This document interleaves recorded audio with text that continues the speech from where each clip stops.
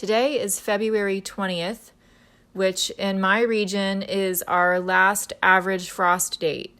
In my region, the last average frost date falls between February 11th and February 20th.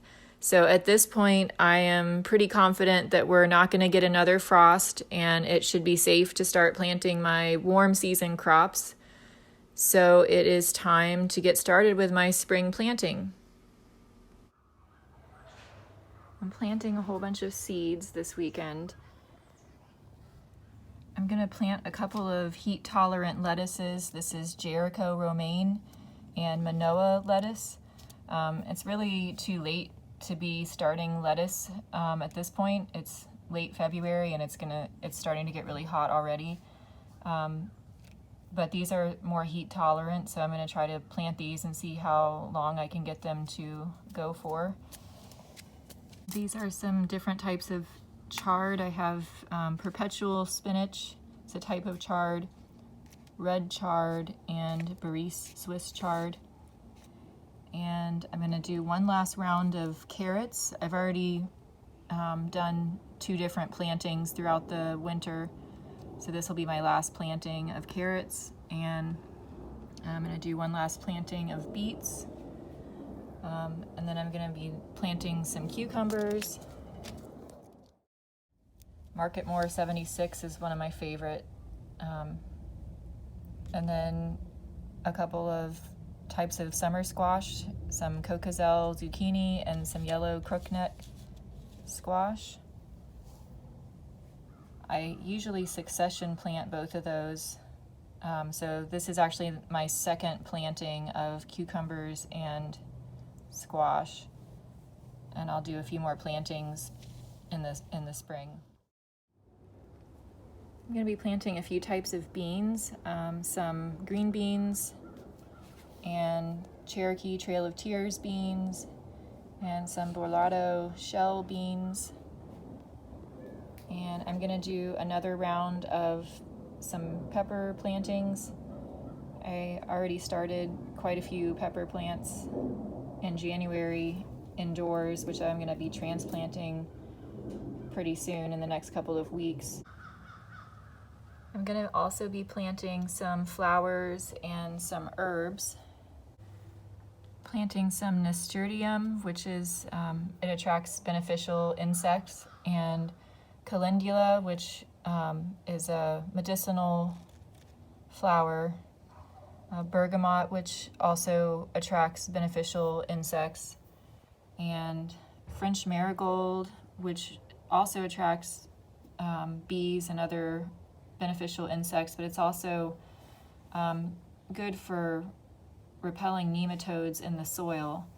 So I try to plant that around throughout the garden all the time, pretty much all year.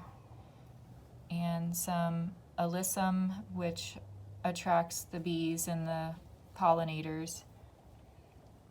And I've got some culinary herbs, cilantro and parsley, and this basil came from my basil plant. I collected some seeds, and some oregano and sage.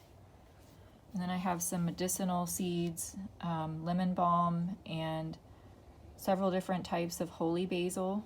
It's a medicinal basil that I use in a tea. It also attracts pollinators. Some of these I will be starting in these little pots, and others I'll be planting directly out in the garden. All of the greens and the beets I'm gonna start in little pots and transplant out later. The cucumbers I'm growing in 5-gallon buckets, and I'm going to go ahead and start them right in the buckets that I'm going to grow them in. So I'm not going to transplant those. And I'm also not going to transplant the squash or carrots. I'm going to sow those directly in the beds where they're going to grow. They don't transplant very well. Same with the beans. I'm going to plant all of the beans directly out in the garden. The peppers I am going to start in pots and plant out the transplants in a few weeks. And most of these herbs and flowers I'm going to start in pots, either to transplant, or I may just grow them in a pot. Some of these I just grow in medium-sized pots.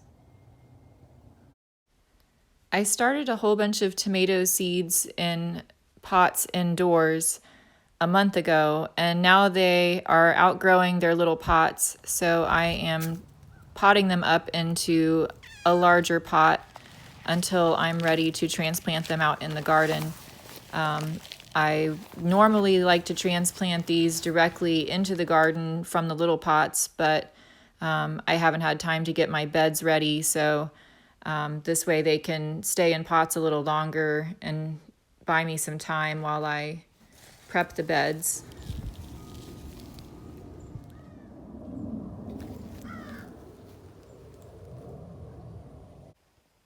This is the first batch of peppers that I planted from seeds about 4 weeks ago, and they've been growing inside under the grow light, and they're starting to outgrow their little pots, so I will be transplanting these outside in the next week or two. I grow vegetables year-round, so even though I'm just starting on my spring planting, I still have a lot growing from my fall and winter plantings. So I'm going to take you around and show you what's growing and what I'm harvesting today. In this bed I have several varieties of collards and kale, and also some dill. The varieties of kale are red Russian kale and lacinato kale, also called Tuscan kale or dinosaur kale. And I'm growing champion collards and Georgia collards. I'm growing several varieties of carrots. This variety is called Nantes, and I'm also growing a variety called Imperator 58. And the seeds I'm planting today are for Danvers carrots.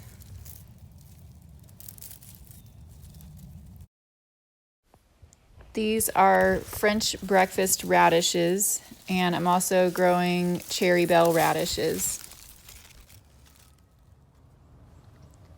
My lettuce is still doing good, but it's been unseasonably hot for this time of year, and I'm afraid it's gonna get bitter and go to seed any day now. So we actually have high temperatures predicted this week of like 85 and 86, and that's really too hot for lettuce. So I'm trying to get it all harvested in the next couple of days before it bolts from the heat. I harvested some tomatoes to go with my salads, but I only have 2 remaining tomato plants and they're on their way out. So this is probably my last tomato harvest until the seedlings start producing. My strawberries are doing really well. I've been getting nice, big, consistent harvests since the beginning of January. I go out every few days and pick strawberries, and I usually get about a bowl full every few days or a couple times a week. These yellow flowers are from Ethiopian kale that's going to seed, and it's one of the few sources of pollen right now since there aren't many flowers blooming. So I'm leaving it for the bees until there are other flowers for them to feed on. And this is my garlic. I have 2 varieties here. One is Enchelium red and the other is Pescadero red. This is some fennel and broccoli and some cauliflower and broccoli that I transplanted recently.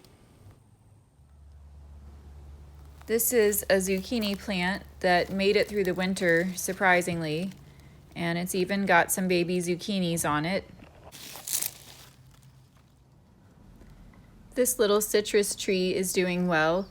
It's a cross between a mandarin and a tangerine tree.